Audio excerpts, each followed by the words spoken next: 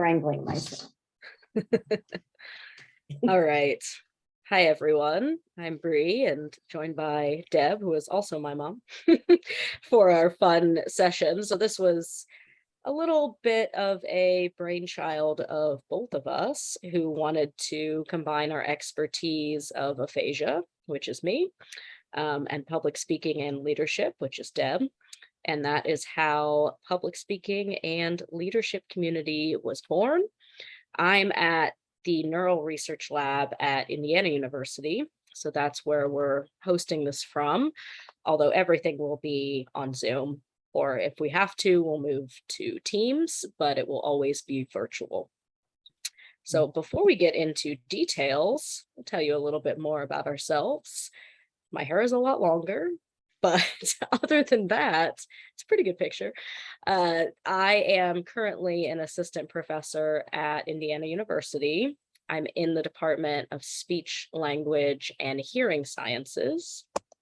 I got my PhD, wow, almost 6 years ago at this point, and have since worked with many hundreds of people with aphasia across a variety of studies. I look at how we speak and tell stories. I look at what the brain is doing when we're speaking. I look at how we gesture and use our hands, which you'll notice I do a lot of. And I also look at how we think in our heads, which we call inner speech. So I have a lot of different interests, but the people in my lab help me to look at all of these things. I will let Deb introduce herself. Hi, everyone. I'm Deb Stark. Yes, I'm Bree's mom, and I'm the opposite of Bree. My hair is much shorter now, as you can see. I'm a retired dean from a small community college, and my passion that I have been doing and following for at least 15 years is Toastmasters. I love learning to speak better. I love coaching others to speak, and one of the environments that I do this in is actually inside prisons, where we want to teach self-confidence and how you speak better and how you can be more convincing. Just many, many reasons why speaking is so important. So I'll let Bree continue on. We want to give you an idea of what our thoughts are and how we would like to help you. And we want this to be interactive. So you'll find that many times we will want you to also be engaged in what we're doing and not just listen to talking heads. We will definitely want feedback throughout. We don't have a perfect plan for how we're going to do this. It's very much a work in progress, but we wanted to combine our skill sets and our interests to make this happen. There are some rules that we want to set out right at the beginning. First is respect. That goes without saying. Everyone who comes to this group is here to learn. We all have something to learn. You'll hear from me that I still have a few public speaking things to learn. I'm not the expert here. And we all come to the table with different goals. So respecting those, we want to prepare. We'll give you an example in another video of what talking about a topic looks like and what giving evaluation looks like. We want to prepare to give talks in these meetings. We want to prepare to give evaluations to our peers in these meetings. And then outside of the meetings, this third goal or rule is to practice. Everyone coming here who has aphasia or dysarthria or apraxia of speech knows that practice is a huge improver of language, and that is the exact same here. So what you learn from us and what we learn from you, we're going to go practice after the sessions. The fourth one is to plan for success, have an open mind, be positive, and also, this is more of a technical thing, try and be in a quiet room. Try not to have dogs barking behind you.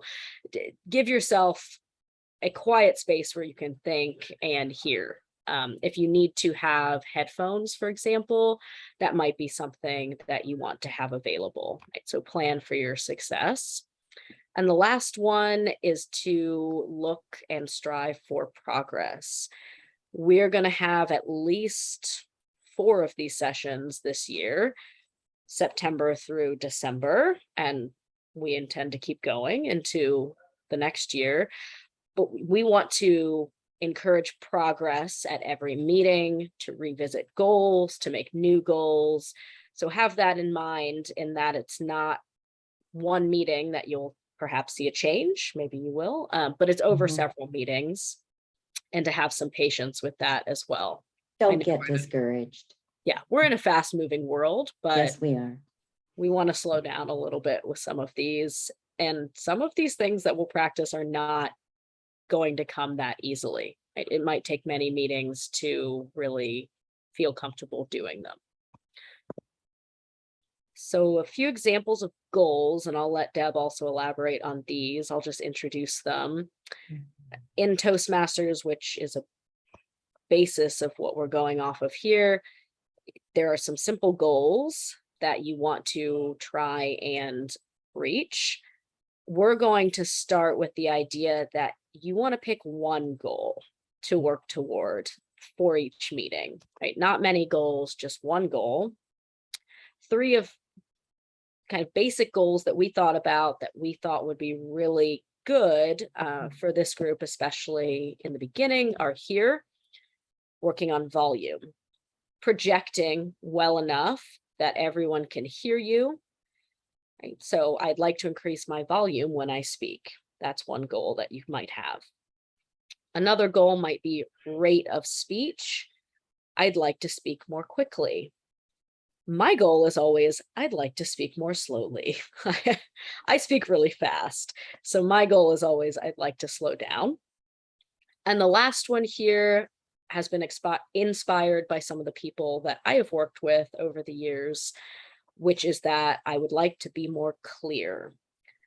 For me, it looks like saying the word or a little bit less often.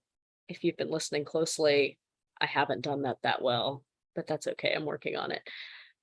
Being more clear might be a goal of yours, and that might look like reducing some of those crutch words, which is what they're usually called. Do you want to elaborate any more on that? I think one of the most important, maybe it's not so much a goal, but you find that when you don't know what to say, I don't or ah, but sometimes my pauses might be too long, or I'm losing my audience. So when we say speech clarity, it's emphasizing words, making them most coherent. See, just saying things like that, I have to think about it. But the ums and the ahs could be also, so drawing a word out, you might want to shorten that. And those become habits if you don't stop them early on or become aware that you're doing or saying them. So we don't want to confuse you with all of these goals. We'll give you some examples more later on. Self-awareness will be something that will become very important pretty much in every meeting, but it's not itself a goal. So the goals are related more to the speaking itself. And as we get further on in this, we'll talk more about leadership as well, but we're going to start a lot with public speaking, at least this year. I'll turn this over to Deb to talk a little bit about what a meeting looks like. Well, Bree and I have put a lot of thought into how we would like to guide you through these sessions. Again, we don't want to be the talking heads. We want you to be engaged with us. So what we would like to do when we first open the meeting, the first meeting in particular, is to go around and make introductions. And we'll ask you to be specific about what you do, what your name is, and what your goal is for this session, or in general, what your goal is for even attending our meetings. Then the next 15 minutes, we'll talk about the skill that we'll be working on. And those are the goals that Bree just talked to you about: the volume, the rate of speech, and the clarity. And then for the next 15 minutes, we're going to give you time to prepare a short speech and using today's topic, and we'll assist you with that. And it will just be a short 4 to 5 sentences. And then in the last part of the meeting, we're going to show you how evaluations work, and we're going to have each of you engage in that and answer some questions about how you think the speaker spoke. And we'll really guide you. Don't worry about how to be critical or tactful or diplomatic. We'll give you some tips on that. That's something that we will be learning. And that is a big Toastmaster goal that I've always had, is learning how to be a manager and talk to my employees, for instance, without them losing their confidence or being too harsh. There are certain ways and means and tips that you can do when you evaluate someone. And then we'll be staying on to answer your questions afterwards. So we're always going to be here for you.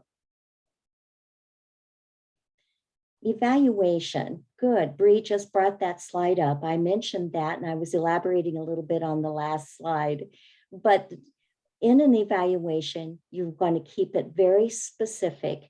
You're going to answer perhaps some questions that, for instance, we're going to ask the speaker to tell us what their goal is. So part of the evaluation will be to tell that speaker if they achieved that goal. Then we would say, if you have not achieved it, or if you want to get better at that goal, here is a useful tip. And we want to keep it short. We'll create a short video showing an example of how this is done, not to worry. I think that's it. If I you have any believe it is. questions, feel free to let us know. We will likely consider this first round, kind of these first 4 meetings once a month or so, to be a bit of our guinea pig, learning a bit about what people want, how things run. We may shift around some of those times that we just discussed, more time for skill learning, less time for skill learning. That's my dad in the picture. He wants to join as well. And then we will revisit in 2023 to see if we want to make any changes. If you have any questions in the meantime, feel free to let us know. We'll see you soon.